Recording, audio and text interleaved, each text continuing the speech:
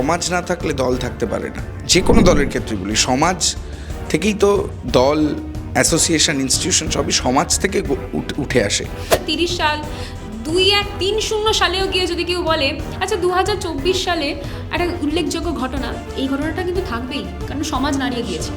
ছবি বা শিল্প বা আর্ট এটা মানুষের জন্য হয়, সেখানে কোনো দল থাকে না, জাতি থাকে না, ধর্ম থাকে না, কিছুই থাকে না। আমার একটা ছোট্ট বোন, ছোট্ট মেয়ে, মিষ্টি মেয়ে, খুব সুন্দর অভিনয় করেছে এবং যারা যারা এই শর্ট ফিল্মের সঙ্গে যুক্ত ছিল প্রত্যেকে দুর্ধর্ষ কাজ করেছে এবং নিশ্চয়ই তোমরাও দেখেছো, তোমরাও বলবে। Pen is mightier than the sword, বরাবরই বলা হতো একটা কলমের ক্ষমতা একটা তলোয়ারের থেকে অনেক বেশি। তো ছবিটি লিখেছিও আমি, তো রাজন্যাওয়ের সাথে সংযুক্ত হয়ে অনেক কিছু ইনপুটস দিয়েছে। তো সব মিলিয়ে আমার শিল্পসত্তার প্রতিবাদ এটা, এবং এটা দলের ঊর্ধ্বে গিয়ে নয়, এই কনসেপ্টটাই আমি মানতে পারছি। যেখানে দল আসারই কথা ছিল না। আমি জানি না কোথা থেকে কিভাবে ব্যাপারটা হলো। খুব ভালো লেগেছে। আমার প্রান্তিক আঙ্কেল আর রাজন্যা দিদি এত বড় দুজনের সঙ্গে কাজ করে খুব ভালো লেগেছে। আবার কাজ করবে ভবিষ্যতে? হ্যাঁ। দাদা, ইন্টারভিউর প্রথমেই শুরু করব যে আজকে কোন পরিচয় ইন্টারভিউটা দেবে? রাজনৈতিক পরিচয় নাকি পরিচালক অভিনেতা পরিচয়? না, একদমই পরিচালক অভিনেতা পরিচয়। কারণ আমি বারবারই বলেছি, যখন থেকে এই ছবিটা নিয়ে বিতর্ক তৈরি হয়, যে অ্যারিস্টটল একটা কথা বলেছিলেন, man is by nature a political animal. আমরা সবাই কোনো না কোনো রাজনৈতিক ভাবাদর্শে, আদর্শে বিশ্বাসী, কিন্তু তার বাইরে প্রত্যেকের একটি সত্তা আছে। কেউ শিক্ষক, কেউ আইনজীবী হতে পারেন, কেউ ডাক্তার হতে পারেন, কেউ উকিল হতে পারেন, কেউ বিজনেসম্যান হতে পারেন। তো আমার একটা পরিচয় আছে যে আমি শিল্পী জগতের সাথে যুক্ত, এবং আগেও ছবি বানিয়েছি, এবং আগমনীয় আমার শিল্পী সত্তারই বহিঃপ্রকাশ। এবং সেই জায়গা থেকেই তো প্রথমেই এটা মানে কোনো বলার অবকাশ রাখে না যে এইখানে ইন্টারভিউটা একদমই পরিচালক প্রান্তিক চক্রবর্তী, এবং ছবিতে যেহেতু আমি অভিনয় করেছি তো অভিনেতা প্রান্তিক চক্রবর্তী। দাদা, আমরা জানি যে 2রা অক্টোবর এটি রিলিজ হওয়ার কথা ছিল, তারপরে নানান সিদ্ধান্ত হয়েছে, পরিবর্তন হয়েছে, মত পরিবর্তন, এবং অবশেষে 8ই জানুয়ারি এটি রিলিজ হচ্ছে। এবং তার আগে আমরা যে দেখতে পেলাম মুভি কীভাবে কী করা হয়েছে, শর্ট ফিল্ম কী বার্তা দিতে চেয়েছো এই শর্ট ফিল্মের মাধ্যমে। তো কোথাও যে এই প্রশ্নটা আসছে যে দলের ঊর্ধ্বে যে সামাজিক বার্তাটাকে বেশি প্রাধান্য দেওয়া হয়েছে। না, ব্যাপারটা হচ্ছে সমাজ না থাকলে দল থাকতে পারে না। যে কোনো দলের ক্ষেত্রে বলি, সমাজ থেকেই তো দল, অ্যাসোসিয়েশন, ইনস্টিটিউশন সবই সমাজ থেকে উঠে আসে। তো আমার মনে হয় সামাজিক বার্তাটা প্রত্যেকে, মানে যখন প্রতিবাদ হয়েছে, প্রত্যেক মানুষ প্রতিবাদ করেছেন, বহু মানুষ করেছেন, প্রত্যেক বলবো না, তারা তাদের মতো করে করেছেন। এবং আমি যেহেতু একজন শিল্পী, আমার মনে হয় যে আমার শিল্পের প্রতিবাদটা বা শিল্প সত্তা থেকে যে আগামী দিন, নতুন ভবিষ্যৎ কিভাবে দেখা যেতে পারে, কিভাবে আরও একটা ভালো দিক আমরা তুলে ধরতে পারি, সেটা আমার শিল্পী সত্তার জায়গা থেকে বেরিয়ে আসা, এবং এটাই আমার প্রতিবাদের ভাষা, একজন শিল্পীর প্রতিবাদের ভাষা। এবং আমরা আবারও একটা প্রবাদ বাক্যে চলে যাই যে pen is mightier than the sword, বরাবরই বলা হতো একটা কলমের ক্ষমতা একটা তলোয়ারের থেকে অনেক বেশি। তো ছবিটি লিখেছিও আমি, তো রাজন্যাওয়ের সাথে সংযুক্ত হয়ে অনেক কিছু ইনপুটস দিয়েছে। তো সব মিলিয়ে আমার শিল্পসত্তার প্রতিবাদ এটা, এবং এটা দলের ঊর্ধ্বে গিয়ে নয়, এই কনসেপ্টটাই আমি মানতে পারছি। যেখানে দল আসারই কথা ছিল না। আমি জানি না কোথা থেকে কিভাবে ব্যাপারটা হলো। এটা দল আসার ব্যাপার নয়, এটা সাংস্কৃতিক জগতে সাংস্কৃতিক মনস্ক একটা মানুষ, প্রান্তিক চক্রবর্তী বা রাজন্যা হালদার, তার ছবির বহিঃপ্রকাশ, এটা মানে তার ভাবনার বহিঃপ্রকাশ বা প্রতিবাদের বহিঃপ্রকাশ বলতে পারো এটা। দিদি, একটু তোমার কাছে আসবো যে মানে যে ইস্যুর উপরে এই শর্ট ফিল্মটা করা হয়েছে, আরজি কর, একটা খুবই সেন্সিটিভ ইস্যু আমরা জানি। কি মনে হচ্ছে, মানে তোমরা যেই বার্তাটা দিতে চাইছো এই শর্ট ফিল্মের মাধ্যমে, সেটা কি সেইভাবে প্রতিক্রিয়া পেতে পারবে, মানে সেইভাবে, কারণ মানে মানুষের মনে কি দাগ কাটতে পারবে, কি মনে হয়? ইতিমধ্যে তো দাগ কেটে ফেলেছে, কারণ আমরা দেখেছি যে ট্রেলার আর মিউজিক ভিডিও মিলিয়ে এটা প্রায় 80K মিলিয়ন, এখন মিলিয়ন হয়ে গেছে। তার মানে 1 মিলিয়ন, তার মানে আমরা 1 মিলিয়ন মানুষের কাছে পৌঁছে গিয়েছি ইতিমধ্যে। এবং সেটা শুধুমাত্র কোনো ঘটনার জন্য নয়, আরজি করের ঘটনার প্রেক্ষাপট পটভূমি বলা হয়েছিল, যে পটভূমিতে এই ছবিটি তৈরি করা হয়েছিল যখন এটা তখন পোস্ট করার কথা হয়েছিল। তো এই পটভূমিতে তো ইন্টারভিউটাও হচ্ছে, তাই না? যদি ইতিহাসের পাতায় আমরা ফিরে যাই, আমাদের আজ থেকে 2030 সাল 2130 সালেও গিয়ে যদি কেউ বলে আচ্ছা 2024 সালে একটা উল্লেখযোগ্য ঘটনা, এই ঘটনাটা কিন্তু থাকবেই, কারণ সমাজ নাড়িয়ে গিয়েছিল। তো সেই জায়গায় দাঁড়িয়ে এটা তো পটভূমি, এই পটভূমিতে সব কিছু হচ্ছে, যা যা হচ্ছে সবই পটভূমিতে হচ্ছে। আমার মনে হয় এটা কোনো পটভূমি প্রেক্ষাপটের আঙ্গিকে বিচার করার দরকার নেই, এটা একদমই শিল্পর ভাবনা থেকে, সমাজের ভাবনা থেকে যদি আমরা বিচার করি তাহলে দেখবো অনেকে সুন্দর সুন্দর অভিনয় করেছে। আমার একটা ছোট্ট বোন, ছোট্ট মেয়ে, মিষ্টি মেয়ে, খুব সুন্দর অভিনয় করেছে, এবং যারা যারা এই শর্ট ফিল্মের সঙ্গে যুক্ত ছিল প্রত্যেকে দুর্ধর্ষ কাজ করেছে, এবং নিশ্চয়ই তোমরাও দেখেছো, তোমরাও বলবে, রিভিউ দেবে যে কেমন লেগেছে। আচ্ছা দিদি, একটা জিনিস যেটা আমরা শর্ট ফিল্মে দেখে বুঝলাম যে তুমি যেটা তুলে ধরতে চেয়েছো যে একটা ঘটনা যেটা হয়তো বা প্রতিনিয়ত সাধারণত মেয়েরা যে ধরনের হ্যারাসমেন্টের বলো, সেক্সুয়াল অ্যাসাল্টের সম্মুখীন হচ্ছে, তাদেরকে কোথাও যে এই ঘটনাটি কারেজ দিয়েছে যে কথা বলা, তার বিরুদ্ধে রুখে দাঁড়ানোর, এটা মানে এটা নিয়ে যদি কিছু। ডেফিনেটলি আজকে মানে এটা বলতে দ্বিধা নেই, আরজি করের ঘটনার পর পরবর্তী সময়ের দিকে যদি আমরা তাকাই, আমরা দেখব যে সমাজের ওই কয়েকটা দিন যদি আমরা দেখি, সমাজের ভিত নড়ে গিয়েছিল, প্রত্যেকের হাতে সেই শক্তিটা উঠে এসেছিল, নারী পুরুষ নির্বিশেষে, যে কোনো অন্যায় হলে তার প্রতিবাদ করতে হবে। এটা না আমার মনে হয় যে একটা ঘটনা আরও এরকম অনেক ভিত নাড়িয়ে দিয়ে যাক, যে আর এই ঘটনার পুনরাবৃত্তি যেন না হয়, এই রকম ঘটনার পুনরাবৃত্তি যেন সমাজে না হয়, সেটাই কিন্তু মূল ভাবনা আমাদের এই শর্ট ফিল্মে। যদি মানে তুমি রিভিউ করবে নিশ্চয়ই তুমি সেটাই তুলে ধরবে যে সামাজিক ব্যাধি শুধুমাত্র কিন্তু সেক্সুয়াল অ্যাসল্ট নয়, রেপ নয়, র্যাগিং। এখানে তুমি দেখলে নিশ্চয়ই খেয়াল রাখবে যে র্যাগিংয়ের মতো হীন মানসিকতাও কীভাবে সমাজের সেই অন্যায়ের শিকড়টা আস্তে আস্তে আস্তে আস্তে চারাগাছটা আস্তে আস্তে তৈরি হয়, সেটাও যেন আমরা বন্ধ করতে পারি, এই ধারণা নিয়েই কিন্তু এই শর্ট ফিল্ম। আচ্ছা দিদি, তুমি এর আগেই বলেছিলে যে শর্ট ফিল্মের সঙ্গে রাজনৈতিক কোনো যোগসূত্র নেই, কিন্তু আমরা দেখেছিলাম এই শর্ট ফিল্ম নিয়ে বিতর্কে সাসপেনশন হয়েছিল তোমাদের। তো 8ই জানুয়ারি মুভিটি রিলিজ হচ্ছে, কি মনে হচ্ছে এরপরে কি দলের স্বর একটু নরম হবে? দলের স্বর নরম হওয়ার জন্য আমরা রিলিজ করছি না।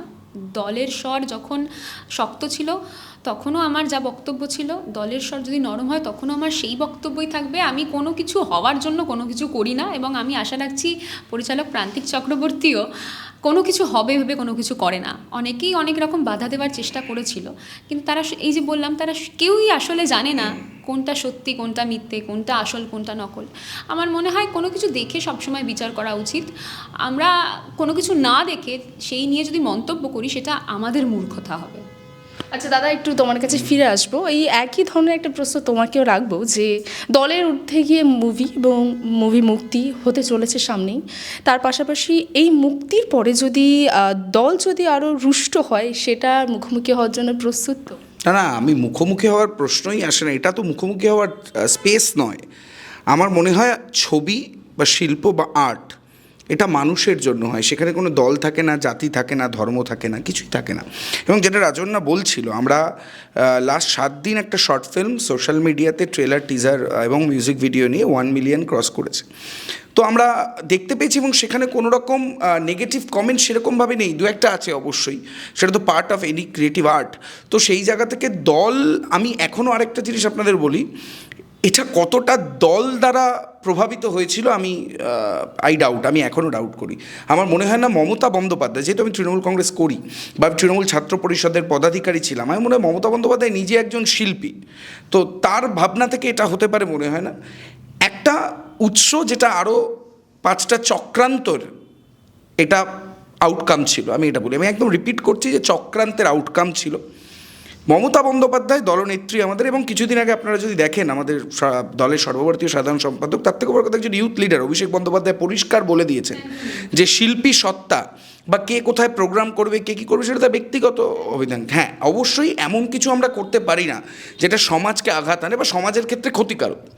আমরা এই ছবিটা দেখলাম এতক্ষণ, তো সেক্ষেত্রে কোনো রকম সমাজকে আঘাত করার গল্পই এখানে নেই।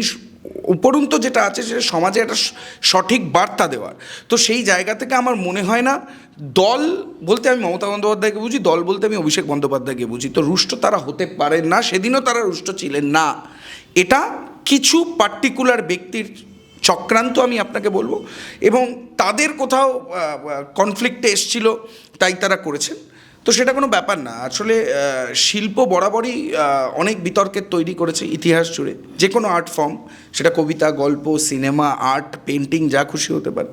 তো আমি সেটাকে এভাবেই দেখছি, এবং আমার ভাল লাগছে যে মানুষ মানে ইনিশিয়াল যে ট্রেলার টিজার মিউজিক ভিডিও সেটাই খুব ভালোভাবে নিয়েছে এবং আগামী দিন ছবিটা যখন 8 তারিখ রিলিজ হবে আমাদের কাছে প্রচুর শুভেচ্ছা বার্তা। শুধুমাত্র এই ঘটনাটা এতটাই একটা ভাইরাল মতো হয়ে গেছিলো যে শুধুমাত্র বাংলা বা দেশ থেকে নয় বিদেশ থেকেও তারা আসছে, যেহেতু একটা OTT প্ল্যাটফর্মে আসছে তাই সবারই দেখার সুযোগ হয়ে যাচ্ছে।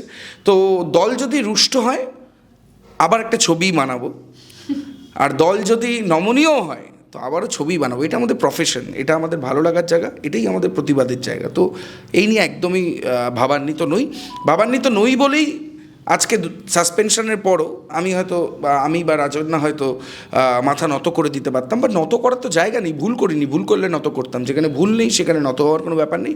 আমি অনুরোধ করবো আপনাদের প্ল্যাটফর্মের মধ্যে দিয়ে যে তৃণমূল কংগ্রেস কেন, যত রাজনৈতিক দল আছে, যত ধর্ম আছে, বর্ণ আছে, সবাই ছবিটি দেখুন। কারণ আমরা একটি বার্তা দেওয়ার চেষ্টা করেছি যে বাংলার বুকে কেন, ভারতবর্ষের বুকে কেন, সব জায়গাতেই যে আমরা যদি ছোটো ছোটোভাবে প্রতিবাদগুলো করতে পারি তাহলে হয়তো বৃহত্তর কোনো এরকম ভয়ানক ঘটনা যেটা ঘটে গেছে, নারকীয় ঘটনা, সেটা সম্মুখীন হতে পারে না। এবং আমরা এখানে বারবারই যে বক্তব্য দিচ্ছি যে অনেক সময় অনেক হয়েছিল যে CMকে রিজাইন করা, এই করা, বাট সেটা তো নয়। একটা ধর্ষণের সাথে CM কী করে যুক্ত থাকবেন? CM যুক্ত থাকার জায়গা নেই। একদম ওই জায়গাটায় আমি আসবো যে আমরা দেখলাম কিছু স্লোগান নিয়েও এখানে মুভির মধ্যে আপনারা ইনপুট করেছেন, স্লোগানের বিষয়টা একদম এখানে সব দলীয় যে স্লোগানগুলো উঠেছিল সেটাকেই আমরা উল্লেখযোগ্য স্লোগান, সেগুলোকেই আমরা মোটামুটি সেই ভাবধারায় তৈরি করেছি। সেখানে আমরা দেখতে পেয়েছি যে ডাক্তারদের কি বক্তব্য ছিল সেটাও আমরা তুলে ধরেছি।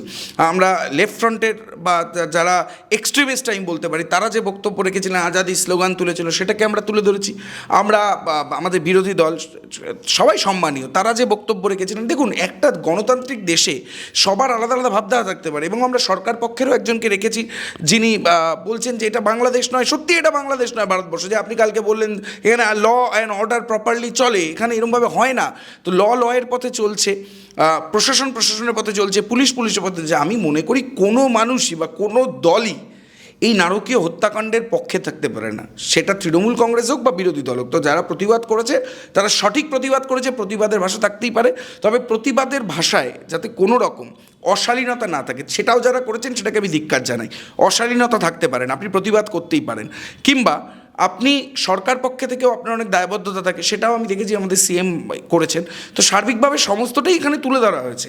তো এক্ষেত্রে আমি এই জন্যই অনুরোধ করব সবাইকেই, বা এটা উচিত যে একটা ইন্ডেক্স দেখে একটা বইকে জাজ করে নেওয়া, এটা খুব ডিফিকাল্ট ব্যাপার। যারা করেছেন আমি জানি না তারা কোন মানসিকতা থেকে করেছেন। এবং আবারও বলছি, আমি এটা বিশ্বাস করতে পারি না বা বিশ্বাস করব না যে মমতা বন্দ্যোপাধ্যায়ের মতো একজন শৈল্পিক ভাবধারার মানুষ, একজন প্রতিবাদী মহিলা, তিনি এটি করতে পারেন। এটি কিছু চক্রান্তকারীরা করছে, যে চক্রান্তকারীরা আলটিমেটলি তৃণমূল কংগ্রেসের ক্ষতিই করছে। আমরা জানি, দেখুন সিনেমা মানে শিল্প রাজনীতি প্যারালালি চলে, তো তারা ক্ষতিই করছে আলটিমেটলি। দিদি তোমার কাছে আসবো একবার ফিরে। আমরা দেখলাম যে এই যে 8ই জানুয়ারি যে মুভিটি রিলিজ হচ্ছে, শর্ট ফিল্মটি, তার ইতিমধ্যে আমরা জানি আরজিকর ঘটনারও স্বাক্ষর একদম সম্মত শেষ হয়েছে এবং আর কিছুদিনের মধ্যে তারও সাজা পাবে। এবং মুভিতে যেখানে মা বাবার যেই সিন বলতে পারি বা যেই মুহূর্তটা তোমরা তুলে ধরেছো, তো তাদের কাছে কতটা মানে কেমন প্রক্রিয়া আশা করছো এই মুহূর্তে? না, এটা তো প্রত্যেক মা বাবার, মানে যারা নির্যাতনের শিকার হয়েছে তাদের প্রত্যেকের মা বাবার কথা। এখানে আমি যদি বলো যে কোনো পার্টিকুলার কারোর মা বাবা নয়, এখানে নির্যাতনের শিকারের প্রত্যেক মা বাবারই একটা দৃশ্যপট কল্পনা করার চেষ্টা করা হয়েছে এবং সেটা তুলে ধরা হয়েছে। তো আমার মনে হয় যে প্রত্যেক মা বাবাই তার সন্তানের সঙ্গে যদি এরকম নারকীয় ঘটনা ঘটে সেটা রিলেট করতে পারবে, এবং এই শর্ট ফিল্মটা দেখলে নিশ্চয়ই রিলেট করতে পারবে। এবার প্রতিক্রিয়া, মা বাবার হৃদয়ের প্রতিক্রিয়া যে কি মর্মান্তিক, কি হাহাকার হবে সেটা তো আমি বলতে পারবো না। আমার মনে হয় আমার মা বাবাও যদি আজকে, আমি নিজের মা বাবাকেও যদি কল্পনা করি, তাহলে একটা মর্মান্তিক আর্তনাদ তো থাকবেই, অবশ্যই থাকবে। আচ্ছা, একটু একদম শেষের দিকে আমি একটু ছোট্ট উমার সঙ্গে কথা বলে নেব। তোমার এখানে অভিনয় করে কেমন লাগলো সেটা বলো। আমার খুব ভালো লেগেছে। আমার প্রান্তিক আঙ্কেল আর রাজন্যা দিদি এত বড় দুজনের সঙ্গে কাজ করে খুব ভালো লেগেছে। আবার কাজ করবে ভবিষ্যতে? হ্যাঁ। বাংলা হান্টের আরও খবর দেখতে নজর রাখুন। বাংলা খবর মানেই বাংলা হান্ট।